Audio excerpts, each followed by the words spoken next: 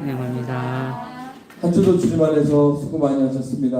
한 주도 주님 안에서 수고 많이 하셨습니다. 자, 오늘 자리를 좀 정돈하겠습니다. 앞으로 한 자리씩만 앞으로 나와주시기 바랍니다. 그 자리에서 앞으로 한 자리씩만.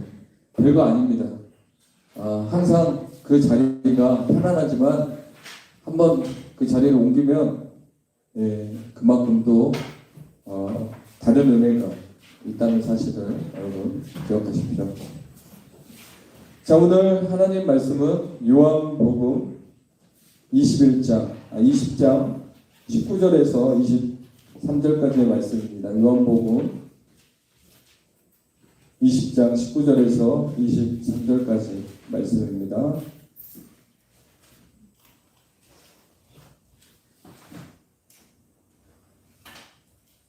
우리 한 절씩 교독하겠습니다. 제가 먼저 읽겠습니다. 이날 곧 안식 후 첫날 저녁 때 제자들이 유대인들을 두려워하여 모인 곳에 문을 닫았더니 예수께서 오사 가운데 서서 이르시되 너희에게 평강이 있을지어다. 이 말씀을 하시고 손과 옆구리를 부으시니 제자들이 주를 보고 기뻐하더라. 예수께서 또 이르시되 너희에게 평강이 있을지어다. 아버지께서 나를 보내신 것 같이 나도 너희를 보내노라. 이 말씀을 하시고 그들을 가져다 함께 읽겠습니다. 너희가 누구의 죄든지 사하면 사해질 것이요 누구의 죄든지 그대로 두면 그대로 있으리라 하시니라. 아멘. 자, 요즘 경쟁사회라고 합니다. 그래서 소리 없는 전쟁 이 시대에 일어나고 있습니다. 마찬가지로 소리 없는 전쟁은 영적 전쟁입니다. 그래서 치열한 싸움이 벌어지고 있는데 신앙인들 중에서 많은 사람들이 그 전쟁 회피족이 생겼습니다. 예전에 제가 그 수포자, 수학을 포기한 학생들이 있고 기도를 포기하는 사람이 기포자다 그런 얘기를 한번 했던 것 같은데 제가 보니까 치열한 이 싸움을 해야만 신앙도 잘하고 또 우리가 하나님 나라를 세워갈 수 있는데도 불구하고 이런 치열한 싸움을 회피하는 거예요. 그래서 회피족이 상당히 많더라고요. 자, 이런 영적 싸움의 회피족은 변화를 기대해서는 안 됩니다. 그리고 이런 싸움 회피족들의 특징은 이론형입니다. 이론형. 그래서 하나님을 알되 영화롭게도 하지 않고 또 하나님을 알면서도 그 하나님의 영광을 위해서 헌신하지도 않습니다. 그래서 요즘 이 시대에는 이론형보다는 실전형, 실전에 강한 크리스찬이 돼야 됩니다. 이제는 교회에서 강한 크리스찬이 아니라 싸움터에 딱 나가서 거기에서도 지금의 이 열기와 지금의 이 충만함을 그대로 드러낼 수 있는 그런 신앙인이 이 시대에 살아남을 수 있습니다. 삶의 현장에서 우리의 신앙을 증명할 때지 이 안에서는 절대 증명이 안 된다는 사실을 여러분 기억해야 됩니다. 그리고 제가 이렇게 볼 때 영적 싸움에서 주도권을 누가 먼저 지느냐가 중요해요. 제가 이렇게 제 자신을 많이 연구해보고 또 주위의 사람들을 이렇게 연구해 보니까 그 경건 생활을 규칙적으로 하는 사람들이 있어요. 자기가 살기 위해서. 그리고 이 시대가 악하기 때문에 이 세상의 풍조에 내가 떠내려고 하는 게 아니라 거슬러 올라가야 되기 때문에 저번에 말한 것처럼 코로나가 왔으니까 2배로 더 기도하고 2배로 더 하나님을 찾아야 되는데 퍼지거나 아니면 밋밋한 그런 신앙생활을 하는 사람들이 참 많습니다. 자기의 사고에 갇히고 신념에 갇히고 두려움에 불안에 갇혀가지고 또 과거에 갇혀가지고 여전히 그렇게 도전하는 인생이 아니라 끌려가는 인생으로 주도권을 내주고 있어요. 여러분 마귀가 만만치 않아요. 그 귀신 들린 그 성경에 귀신 들린 자를 고쳐주셨다 이런 표현이 나오는데 귀신 들렸다는 말은 그 들림이라는 말은 귀신의 소유가 됐다는 뜻이에요. 그리고 성령이 우리 안에 거한다는 뜻은 성령이 우리 안에 텐트를 쳤다라는 거예요. 우리 함께 살고 있다는 거예요. 여러분 성령 안에 거하면 성령이 우리 안에서 집을 짓고 우리와 함께 있지만 귀신에 들리면 귀신이 우리의 소유자가 돼서 우리를 막 놓고 이끌어가요. 그래 게을러라 게을러라. 뭐 열심히 한다고 변화가 있니? 그래서 제가 이 주도권 싸움인데 결국 주도권 싸움인데 우리가 운동 경기를 봐도 확연히 드러나는 싸움이 있습니다. 특히 이제 경기가 있는데 씨름이에요. 씨름. 이 삿발 싸움이 너무 치열해요. 루즈할 정도로. 그냥 대충 잡고 일어나서 실력으로 보여주면 되지 왜 이렇게 삿발 싸움을 길게 할까? 그래서 어떤 선수는 이 삿발 싸움에서 딱 밀렸다 그러면 손을 놔버려요. 그러면 경고를 먹어요. 주심에게. 그럼에도 노는 거예요. 왜냐면 이대로 일어서면 내가 분명히 질 것 같다는 거죠. 삿발 싸움에서 이미 밀리는 거죠. 주도권이거든요. 신경전이고 주도권이에요. 그리고 야구 경기를 보시면 알다시피 투수와 타자 간에 치열한 신경전이 있습니다. 그래서 투수가 인터벌을 짧게 갖거나 길게 가져가지고 타자의 타이밍을 뺏어가지고 뭐 땅볼 아웃을 시킨다든지 삼진 아웃을 시키려고 정말 머리 싸움을 씁니다. 이 세상에서도 이렇게 치열한 머리 싸움을 하고 있어요.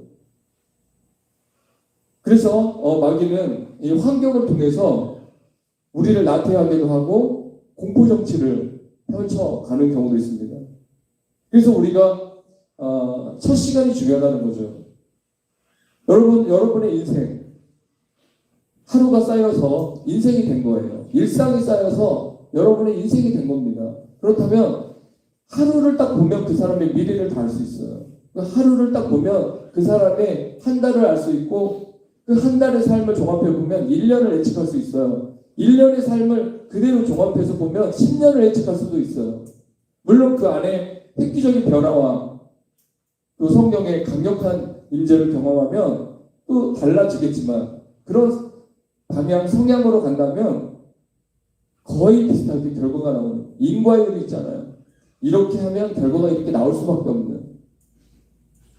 근데 제가 보니까 이런 사람들은 아무것도 할 수 없는 사람들이 뭐냐면 만약 여러분이 8시까지 잠을 잔다 이런 사람들은 아무것도 할 수 없어요. 왜냐? 그 시간 자체를 하나님 주신 그 시간 자체 아침에 첫 시간을 하나님과 경건하게 또 하나님 앞에 나가서 기도하고 묵상하는 시간을 갖기를 거절한 거예요. 물론 새벽형이 있고 올빼미형이 있다고 말은 해요. 그러나 진짜 하루의 첫 시간, 다윗도 첫 시간을 아주 중요하게 생각했죠. 새벽에 하나님 나를 도우신다. 아침 일찍 내가 일어난 이유는 이 치열한 영적 싸움에서 주도권을 잡기 위해서 그런 시간을 우리가 놓치지 않는 거거든요. 근데 그 마귀한테 말려가지고 그냥 푹 자는 거예요. 뭐 면역력이 좋고 그렇게 하면 이것저것 해서 컨디션 좋게 아침을 출발할 수 있다 하지만 그런 사람들이 하나님의 영광을 위해서 이 치열한 전투를 충분히 치를 수 있는 준비는 할 수 없다는 거죠. 자, 그리고 일어나자마자 핸드폰을 딱 잡고 문자 확인하고 영상 한번 보고 자, 그런 사람도 치열한 싸움에 들어갈 수가 없어요. 여러분 제가 이렇게 그냥 극단적으로 얘기하는 게 아닙니다. 지금 이 시대가 어느 시대인데요. 근데 그것이 다 간과되는 거예요. 그냥 우리가 신앙생활 다 나름대로 한다고는 하지만 지금 시대를 봐야 됩니다. 지금 치열한 영적 싸움이 벌어지고 있고 사탄은 어마어마한 문화, 이 세상의 향락 문화, 그래서 금은 보화, 계시록 18장에 보면 그 바벨론이라는 상징적인 나라가 있죠. 그 바벨론은 지금 세상을 상징해 애굽이 세상을 상징하듯이 바벨론의 그 시장에는 어떤 물품들이 거래돼요? 자세히 보세요. 금은 보화, 계피, 비단, 그리고 마지막에 사람의 영혼인 거예요. 결국 황금으로 유혹하고 물질로 유혹해서 또 향락을 즐기게 하고 물을 누리게 하고 나중엔 영혼을 빼앗는 거예요. 영혼이 시장에 사람의 생명 영혼이 시장에서 판매되고 있다는 사실을 보시면 어떤 느낌입니까, 여러분? 충격 아니겠어요? 거기에서 나오라는 거예요. 요한계시록 18장 4절에 보면 사랑하는 내 백성아 거기서 나와라. 왜냐면 거기서 멍 때리고 있는 거예요. 선악과 계속 보고 있는 거예요. 야, 내가 말은 솔직히 찬양을 하고 내가 솔직히 여기서 예배를 드리지만 진짜 핸드폰에 빠지면 재밌고 또 세상 것들 솔직히 다 못 버려. 우리가 세상 걸 다 버리라는 게 아닙니다. 저는 뭐 다 버렸나요? 아직 못 버렸어요. 세상 물 다 못 뺐어요. 아직도. 하지만 그것들이 백해무익하다는 걸 확신하기 때문에 그것들은 어떻게든지 쓰레기로 던져버리고 싶은 것들이에요. 내가 원한다고 다 된 건 아니지만 그래도 그게 나쁜 걸 알기 때문에 손대기 싫은 거예요. 여러분 만약에 제가 요즘에 그 카페인 중독에 걸려 있었어요. 그 원래 체질이 커피가 안 맞았었는데 2, 3년을 커피를 마신 거예요. 두세 잔씩 즐겁게. 근데 이게 누적돼서 어느 정도가 됐는데 한 몇 달 전부터 막 심장이 두근두근 하는 거예요.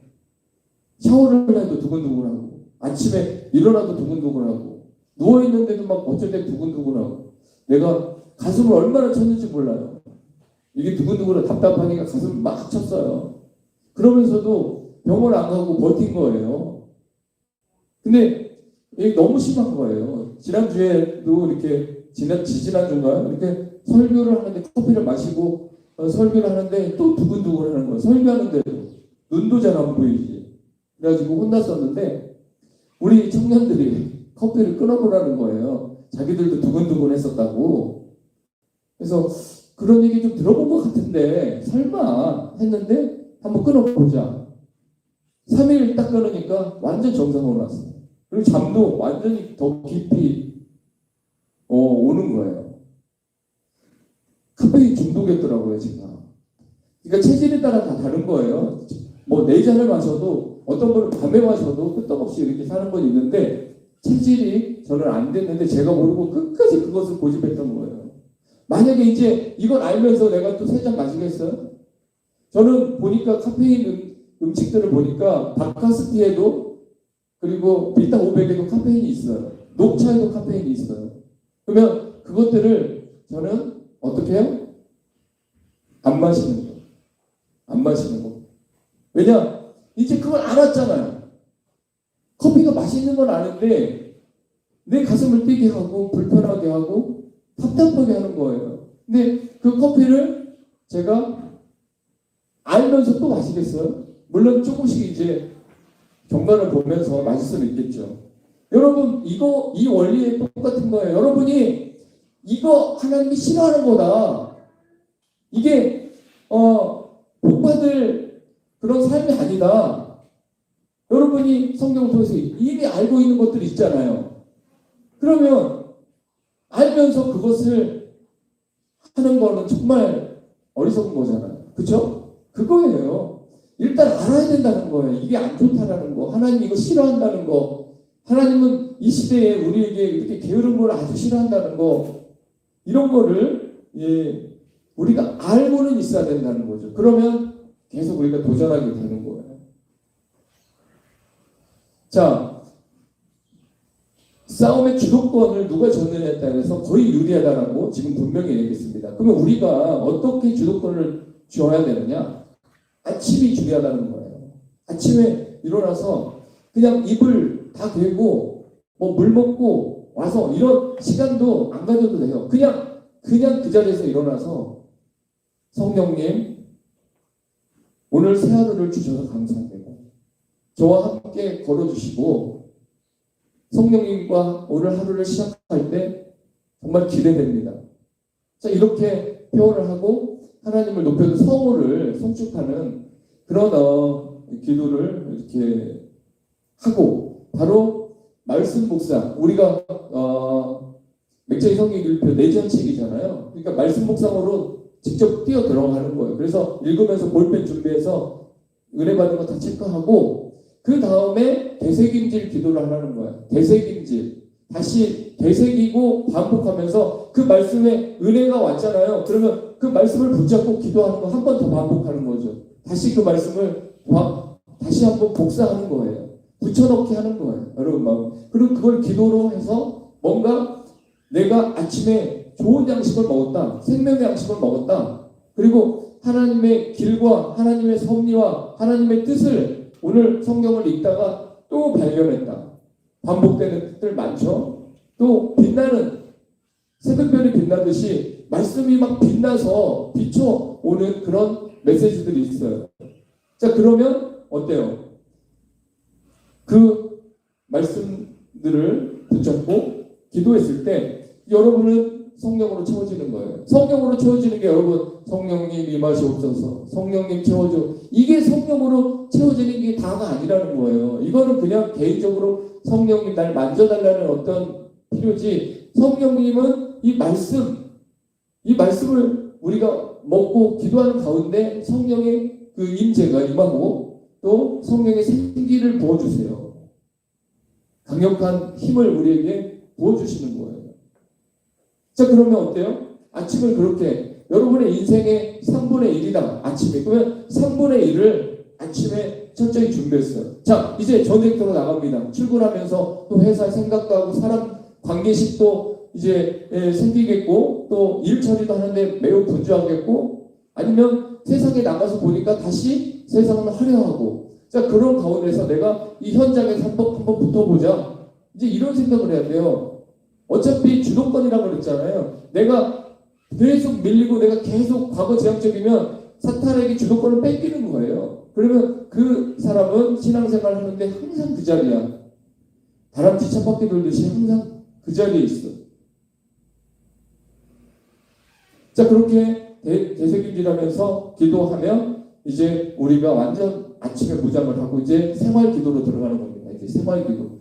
그러니까 정식 기도가 확실하게 되어질 때 아침에 딱 하나님께 기도하는 그 시간 정해놓고 기도하는 시간 또 묵상하는 시간이 정확하게 되어지면 그 다음부터 그 힘을 그 파장을 그 울림을 세상에 나가서 세상 한복판에서 붙어보는 거예요. 하나님 말씀을 적응해보고 순종해보고 그 말씀을 묵상하면서 내가 그 말씀대로 살아가기 위한 몸부림을 세상에 치는 거죠. 근데 누가 동행하느냐? 성령님이 동행한다는 거예요.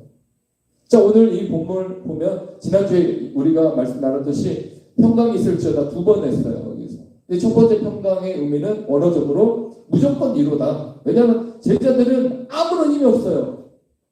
싸울 힘도 없고 하다못해 문 밖에도 못 나가요. 문 잠궈놓고 갇혀있어요.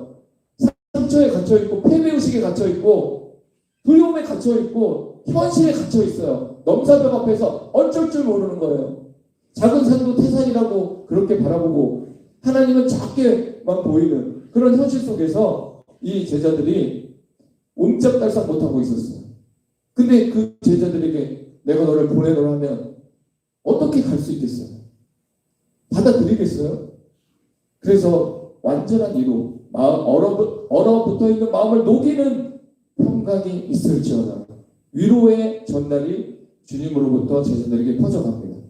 그리고 두 번째 평강이 있을지어다. 이 평강은 이제 얼었던 마음이 녹았고 너의 그 평강이 너희를 질서정연하게 이제 두 번째 주님의 선포의 평강은 너희들이 어떤 존재인지를 정체성을 확인할 수 있는 그 전에 혼란하고 혼미하고 혼잡할 때는 그냥 아무것도 생각이 안 났는데 이제 뭔가 그 두려움이 사라지고 마음이 녹으니까 보이는 것들이 있어요. 드디어 이제야 보이는 것들이 있어요. 내가 누구지? 나 갈릴리에서 하나님이 나 부르셔서 3년 반 동안 제자로서 내가 활동했던 사람이지. 내 꿈이 있었지. 나에게 주님이 별명도 지어줬지. 나는 사람 낚는 어부였지. 다시 자기의 그 소명을 발견하게 됩니다. 그때 주님께서 내가 너희를 보낸다. 자, 제자라는 뜻은 disciples로 그 하나님의 부르심을 받은 자예요. 근데 이제 이 사람들은 이 제자들이 부르심을 받았잖아요. 지금 주님께서 부활하신 후에 이제 제자들을 어떻게 보내요? 이제 보낸다는 거예요. 그 전에는 부르심을 받은 자로서 선택받은 자로서 이제 주님과 같이 동고동락을 했었죠. 이제는 성령님을 통해서 그들을 이제 아포스텔레스라고 사도라는 뜻이에요. 보내심을 받은 자. 그때는 부르심을 받은 자들이에요. 그래서 막 훈련받았어요. 이제는 어때요? 파송을 하고 있어요. 내가 너희를 보낸다. 너희는 이제 사도다. 제자가 사도가 되는 과정이에요. 자, 이렇게 새로운 변화가 일어났습니다. 자, 어차피 주님은 한번 택한 사람, 한번 찜한 사람, 내가 쓰겠다라고 결정한 사람, 그리고 같이 배고프고 같이 슬펐고 또 3년 반 동안 그렇게 주님과 함께한 그 제자들을 세우고 계셔요. 그들을 다시 이제 두려움을 해방시키고 같이 자리에서 일으켜서 이제 그들을 사용하시는 겁니다. 자, 그렇게 하는 과정 속에서 숨을 쉬면서 예수님이 하면서 성령을 받아라 이렇게 명령을 내립니다. 여러분, 저번 몇 번 제가 설교했듯이 이 상황은 흙을 빚어서 생기를 불어넣으신 창조의 하나님, 인간을 창조할 때 사용했던 그 숨이에요. 여기서 우리는 또 하나 발견할 게 뭐냐? 자, 호흡곤란, 영적인 호흡곤란에 빠졌어요, 제자들이. 스텝도 어그러졌고 또 그들의 영적인 패턴도 다 무너졌어요, 지금. 자, 그렇기 때문에 인공호흡을 시키는 거예요.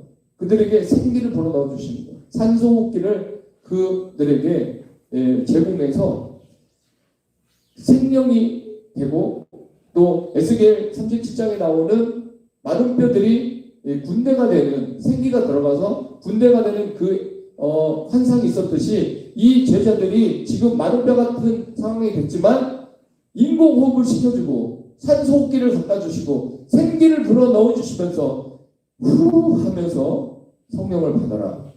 자, 여기에서 성령을 받으라는 의미는 성령을 뭐 물건 받듯이 선물 받듯이 받으라는 게 아니에요. 성령을 영접하라. 인정하고 모셔드리고 환영하라는 뜻입니다. 예수님은 동격이니까 그렇게 말할 수 있지만 제가 목사가 성령 받아라 이렇게 하면 어떤 느낌이에요, 여러분? 성령이 하나님이신데 성령이 주시는 은사를 받아라 이런 말은 잘 표현이 어느 정도 합당하지만 성령 받아라 이렇게 한다는 것은 조금 이게 생각해볼 문제입니다. 그래서 예수님은 성령 받으라고 했던 것은 본격이고 또 성령이 주신 은사들을 이렇게 선물들을 받으라는 거죠. 원래는 영접하라는 거예요. 성령님을 하나님이기 때문에 영접하고 환영하고 모셔드리는 그런 자세로 성령님을 사모하라는 거죠. 자, 이제 영적 주도권을 가진 사람은 이제 성령님을 인정하고 모셔드리고 환영하기 때문에 드디어 성령님과 함께합니다. 여러분, 성령님 뜻 아시죠? 파라클레토스. 파라는 옆에, 그리고 클레토스는 함께 있는 자, 돕는 자. 그래서 옆에서 돕는 자예요. 그러니까 성령님은 여러분 옆에서 함께 걷는 분이에요. 걷기만 하나요? 그리고 성령님 원래 뜻에는 대변자라는 뜻이 있어요. 우리를 대변해서 얘기해줘요. 마귀가 우리를 막 참소하죠. 마틴 루터를 책상에서 서재에 있는 마틴 루터에게 정죄하죠. 그 죄를 막 파헤치고 너희가 어떤 존재인데 네가 종교 개혁을 해? 이런 식으로 할 때 예수 이름으로 물리쳤어요. 루터는 당당히 사탄이 자기에게 공격해올 때 예수 이름으로 물리쳤어요. 자, 마찬가지로 우리의 죄에 대해서 우리가 죄책감 느끼고 힘들어할 때 주님 성령님께서 대변하십니다. 예수님도 대변해 주십니다. 그리고 중재자의 역할. 여러분 살다가 걸림돌이 되지 마시고 디딤돌이 되십시오. 걸림돌이 되면은 남도 넘어뜨립니다. 근데 디딤돌이 되면 나를 딛고 누군가가 정말 행복한 인생을 살 수 있는 거예요. 중재자의 역할을 성령님은 여전히 합니다. 그리고 상담사 역할을 합니다. 상담해 주십니다. 코치예요. 우리 인생의 코치. 그래서 성령님이 우리를 어떤 때는 직면도 시켜요. 근데 직면도 시켜서 상황에서 우리를 현장에서 강하게 만듭니다. 오늘 제가 또 부름을 받아서 신학교에 갔다 왔는데 그 신학교에서 좀 공통적인 주제가 하나가 나왔어요. 제가 이렇게 한번 질문을 했죠. 나는 무엇 때문에 살았습니다. 이 무엇에 단어를 넣으라 그랬어요. 질문하면서 나는 무엇 때문에 다시 살았습니다. 나는 무엇 때문에 살아났습니다. 그래서 어떤 분은 은혜 때문에 살아났습니다. 제가 이제 원했던 답은 나는 항상 기도를 통해 살아났습니다. 이제 이거였었어요. 왜냐하면 기도 파트를 계속 지금 더 연구하고 펼쳐가기 때문에 사실은 불도 기도 때문에 살아났습니다. 뭐 이런 그런 답을 내가 일부러 답을 만들고 이제 질문을 던진 거였었어요. 근데 그 중에서 이제 상담을 이렇게 하는 과정 속에서 집사님 한 분하고 권사님 한 분이 공통적인 아픔을 갖고 있었어요. 그게 뭐냐면 딸의 배신이었어요. 딸이 뭐 가출했거나 딸이 엄마를 버렸거나 이건 아닌데 두 분 모두가 다 딸에 너무 올인하고 있었어요. 근데 그 딸들 연령대가 20대 초반에서 중반이었어요. 그 한 분은 권사가지고 전도사님, 이 전도사님이 개척을 했어요. 어디 군산에다가 개척을 했는데 딸이 4학년 때부터 피아노도 치고 그렇게 엄마 따랐는데 딱 이렇게 건물어서 개척하니까 무시하더래요. 딸이 그러면서 뭘 잔소리를 막 해대고 그래서 화가 이렇게 치밀는데 이게 이제 또 뭐 영적인 문제다 해서 자식이 제일 가깝지만 또 제일 이렇게 가까이 하기 힘든 그런 에로즘 있잖아요. 그런 착했던 자식이 갑자기 엄마하고 이렇게 환경 때문에 그럴 수도 있지만 막 무시하고 난 피아노 안 쳐준다 그러고 막 그러니까 이제 이게 막 올라오신 거예요. 근데 이제 오늘 강의하는 가운데 그걸 다 달아놓고 이 얘기를 했어요. 근데 제가 재밌는 건 총량의 법칙이라고 들어봤죠. 근데 앞에 안 좋은 말이에요. 근데 제가 좋은 말로 부딪힘의 총량의 법칙이라고 그냥 쓸게요. 세상 사람들은 G자가 들어가는 거예요. 이게 뭐냐면 자 우리 딸도 사춘기를 안 거쳤다. 우리 아들도 사춘기를 안 거쳤다. 그래서 막 좋아한단 말이에요. 근데 언젠가 한 번이 온다는 거죠. 10대 안 왔으면 20대 때, 아니면 20대 안 왔으면 30대 때, 30대, 40대 때, 아니면 갱년기 지나서 또 50대, 60대 때 한 번은 온다. 우리가 기회가 3번 온다 그런 것처럼 위기도 3번 온다고 보면 될 것 같아요. 그래서 정말 괜찮았던 사람이 어느 날 그냥 돌아서면 무섭잖아요. 여자들이 돌아서면 뒤도 안 본다면서요. 그만큼 어떤 시기가 왔을 때 그게 드러날 때가 있어요. 이렇게 갑자기 자 그때 이제 그런 얘기를 내가 좀 해줬더니 그때 이분이 아 맞아 우리 딸이 지금 그때가 보다 지켜봐야 되겠다. 이걸 잡고 매를 들면은 이건 난리 나는 거죠 가정이. 그러니까 이 속에서 막 우라통이 터져도 엄마가 참는 거야. 왜냐면 내 딸에게 그런 상황이 왔다고. 아니면 마귀가 또 그 사역을 하는 데 있어서 가정을 통해서 약한 자를 통해서 공격해 올 수 있습니다. 여러분 제가 이번에 영적 전쟁이라는 현대판 영적 전쟁이라는 그런 스토리를 가지고 글을 한번 이렇게 써보고 있는데 역시 영적 전쟁이 들어가니까 정말 집중이 안 되고 컴퓨터 앞에 섰다가 컴퓨터를 10번도 더 끈 것 같아요. 집중이 안 돼가지고 이 사탄이 어마어마한 공격을 하는 거예요. 사실입니다. 진짜 사실인데 바로 이렇게 무엇인가 우리가 뭐 하려고 할 때는 약한 자를 통해서 공격해 오는데 이게 성경에 어디 있냐면 자 여러분 아담과 하와가 이 선악과를 따먹었죠. 그거에 대해서 확실히 알죠. 그러나 2장에 가서 자세히 보면 하나님이 처음에 아담을 만들었어요. 그렇죠? 아담부터 만들었죠. 그래서 아담이 그 당시에 그 에덴 동산을 누리고 또 하나님 청지기로서 사명을 잘 감당했어요. 그리고 짐승 이름, 새 이름 다 줬어요. 신적인 어떤 존재였다고요. 그때 하와가 없을 때입니다. 하와가 생기지 않았을 때 아담에게만 얘기한 게 뭐냐면 이 선악과를 따먹으면 죽는다라고 했어요. 그때 하와는 없었다니까요. 아담에게 말했어요. 그 다음에 아담이 독차하는 것을 좋지 않게 보시고 이제 아담을 잠재우고 갈뼈로 하와를 창조했죠. 자, 그 다음에 하와와 이제 에덴 동산에 사는데 누가 얘기를 해줬겠어요?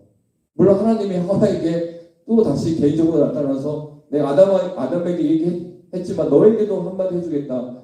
너 선악과 먹으면 죽는다. 이렇게 할 수도 있겠죠. 근데 성경에는 안 나와 있어요. 그러면 어떻게 우리가 유추할 수 있겠어요? 아담이 얘기해 준 거예요. 그렇죠? 그리고 아담이 하와에게 뭐라고 했어요? 너는 뼈 중에 뼈고 살 중에 살이라고 그랬죠.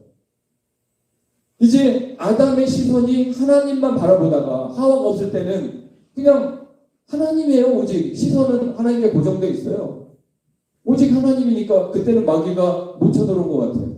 그렇죠? 근데 이제 독차하는 게 싫어서 좋지 않아서 이렇게 하와와 연결해주고 이제 부부로 하나님이 중매쟁이가 되시고 하나님이 결혼을 시켰죠.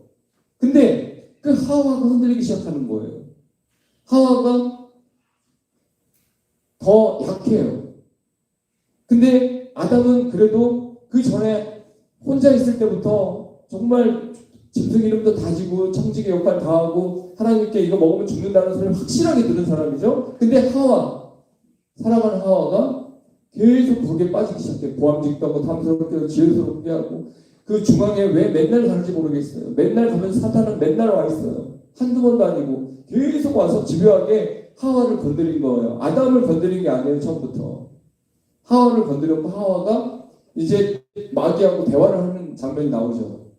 죽을까 하노라. 그러니까 아다르고 어다르다. 하나님은 죽는다. 근데 이미 하와는 마음이 바뀌었어요. 이미 하와는 마음이 흔들렸어요. 죽지 않을 수도 있겠다라는 생각을 하고 그런 자기의 생각을 마귀한테 하니까 마귀는 이때다 해갖고 죽지 않는다라고 얘기하면서 하와를 계속 유혹했고 하와는 그 사과가 아니고 선악과를 따버렸어요.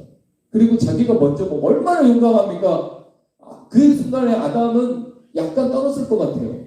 하나님이 죽는다고 얘기했었잖아요. 근데 하와가 나서 자기도 먹고 아담을 줘버렸어요. 지금 만약에 어때요? 분명히 아담이 혼자 있었다면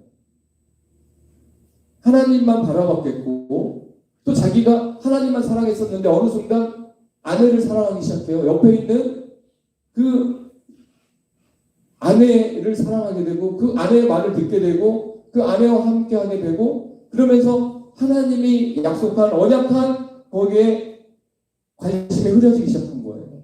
그때 마귀가 틈타고 들어온 거죠. 제가 이걸 발견했어요. 어차피 여러분 사건은 다 알지만 자세히 보니까 이런 루트로 치고 들어오는 거구나. 그러니까 약한 자 있잖아요. 가정에서 약한 자. 그런 약한 자를 통해서 계속 마귀가 생각을 주입시키면 그 사람이 믿음 좋은 선장을 쳐버리는 거예요. 믿음으로 하는 그 엄마를 그 딸이 다른 딸이지만 예수님이 말했잖아요. 내가 검을 주러 왔다. 그래서 검을 주어서 부모와 자식이 갈라진다. 믿음 때문에 갈라질 수 있다. 그런 걸 분명히 주님이 못 박았거든요.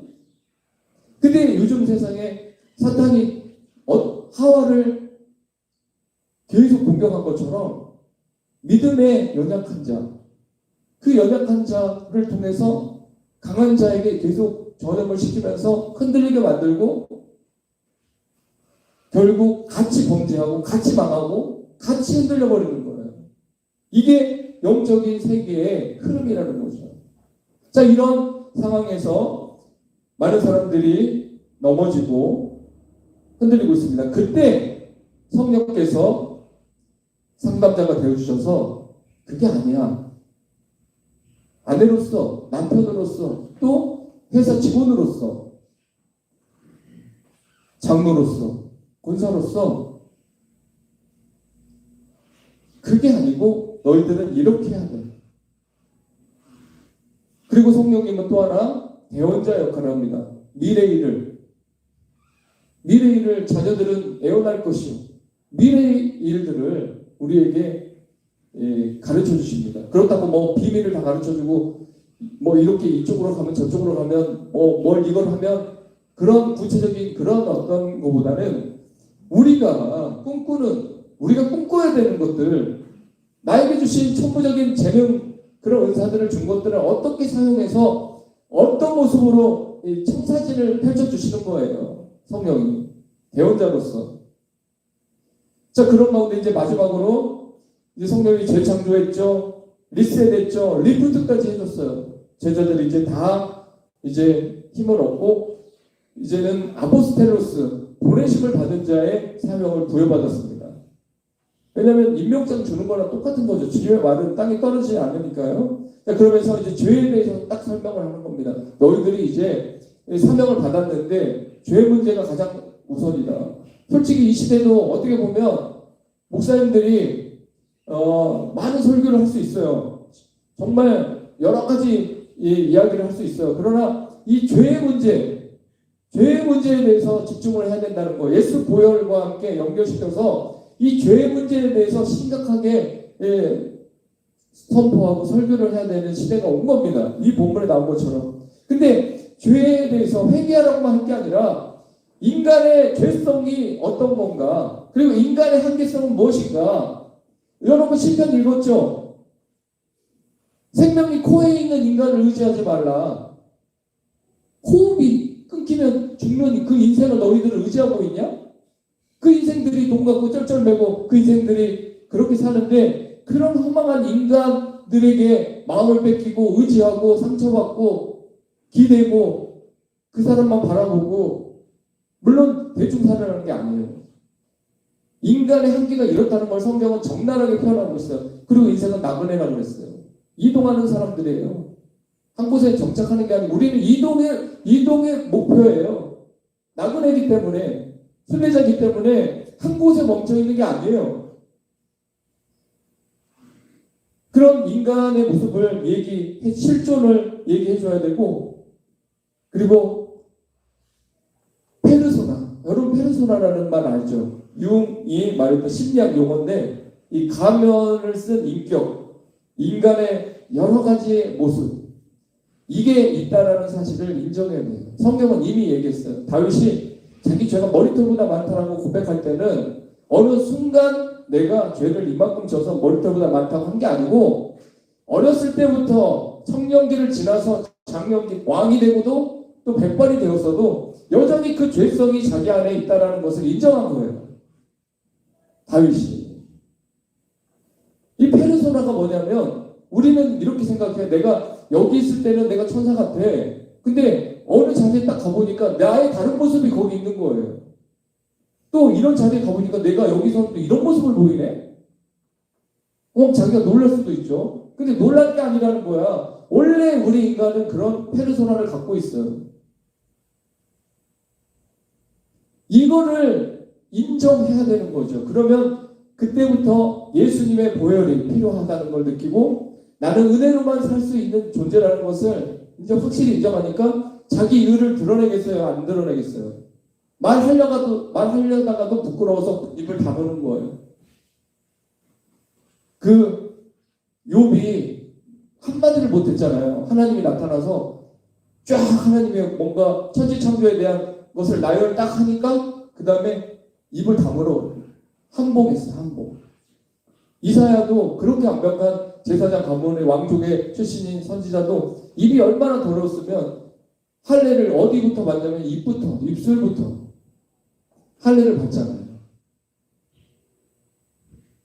이게 우리 인간의 실존이라는 거예요. 그래서 이런 부분들을 우리가 인정하게 되면 자동 겸손해져. 자동. 아니 목사님이 내가 뭘 교만하다고 맨날 겸손하라고 그래. 그거를 그렇게 해서는 절대 못 깨달아요. 이거를 사도들이 이 사역을 하니까 베드로가 회개야만 너희들이 깨끗함을 받는다라고 바로 이어서 그 사도행전에서 선포하는 이유가 그거예요. 이 사역인 거예요. 그래서 그들이 회개라는 게 전제되지 않으면 그 누구도 성령 충만 받지 못했어요. 회개라는 게 전제되지 않으면 크리스찬으로 입교할 수가 없어요. 반드시 회개해야만 좋은 일을 본다고 했거든요. 이 죄 문제가 해결돼야만 진정한 하나님과의 관계 맺음이 확실해지고 선물 수요를 받게 되는 거예요. 이게 복음이라는 거죠. 그래서 제자들이 그 짧은 시간 안에 예수님 부활을 하신 후에 평안을 선물하고 그들이 다시 사명을 수여받고 그 가운데 인공호흡을 해주시고 산소호흡기를 껴주시고 생기를 불어넣어주시고 재창조 리프트 리셋 해주시고 그 다음에 성령의 충만함을 받아라. 그래서 이제 이들이 이제 예수님 승천하시고 10일 동안 이제는 죽으면 죽었지 주님 약속 100% 믿는다 해서 오직 기도에 힘썼어요.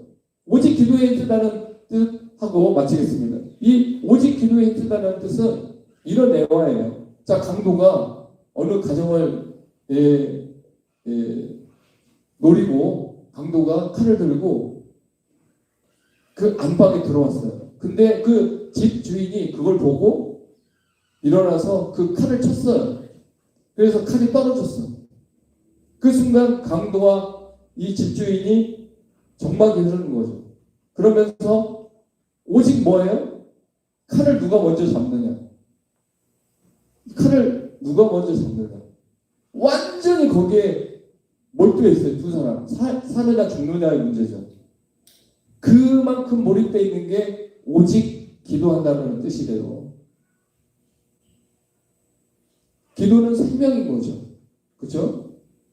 그만큼 오직 기도에 전념할 때 10일 후에 오순절 날 진짜 좀 성경에 좀 의미를 갖고 또 지혜가 있었던 그 제자들은 예측할 수도 있었을 것 같아요. 왜냐하면 주님은 어떤 절기나 이런 것들을 통해서 그 말씀하시잖아요. 그러니까 오순절이 이제 10일 남았거든. 예수님 올라가시고. 그러니까 오순절 되기 전에 얼마나 기도를 했겠어요. 근데 진짜 오순절 날 성령이 이제 그들을 완전 압도해버린 거예요. 그냥 완전히 그들을 끌어안아 버렸어요.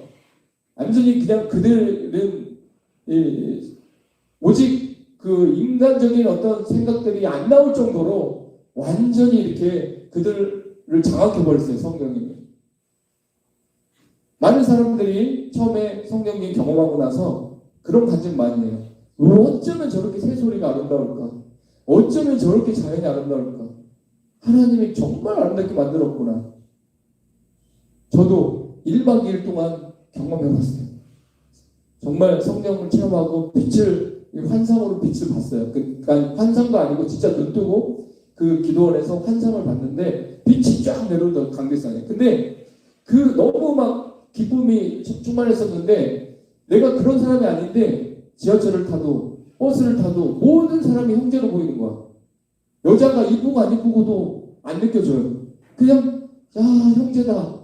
아 자매다. 근데 1박 2일로 끝났어요. 그리고 끝나고 이제 그런 경험은 지금까지 못 해보고 있거든요. 근데 그만큼 이제 성령에 완전 사로잡히면 그 정도로 방어할 수 있고 그 정도로 죄와 이렇게 멀어질 수 있다는 거죠.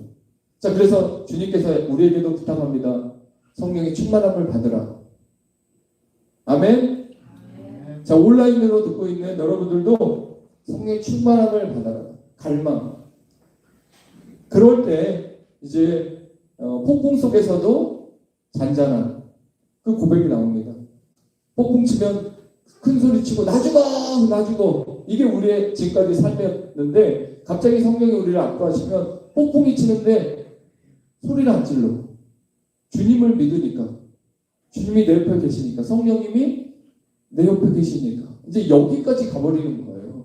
그걸 우리가 이 땅에서 막아야 되지 않겠어요? 죽고 나서 하늘나라에서 이제 죄가 없는 무균 시대에 우리가 들어가서 그때서 폭풍아 쳐라 나는 뭐 끄떡 없다. 그게 아니라 여기에서 한번 살아내봐야 될 거 아니에요. 그렇죠? 그거를 우리가 꿈꾸고 오늘 기도할 때 하나님께서 영적 주도권을 우리가 가져오는 거죠. 밀리지 마세요. 가져오세요. 영적 주도권을. 그래서 성령을 통해서 그 기세를 계속 이어가면서 승리를 부과하는 저와 여러분이 되기를 간절히 부탁드립니다. 자, 이 시간 예수님 목마릅니다. 이 찬양 부르고 우리 성령님 오셔서 강하게 우리를 붙들어 주시옵소서. 제자들이 그렇게 겁쟁이 제자들이 갇혀있던 제자들이 이제 완전히 살아나는 것처럼 나도 성령 충만함 받고 하나님을 좋게 하려 사람을 좋게 하려 할 때 하나님을 선택할 수 있는 그런 자리에 들어가게 되달라고 우리 박수 치면서 찬양 부르고 기도할 때 성령의 충만함이 우리 행복한 가족들 가정에 이곳에 임할 줄 믿습니다. 찬양하겠습니다.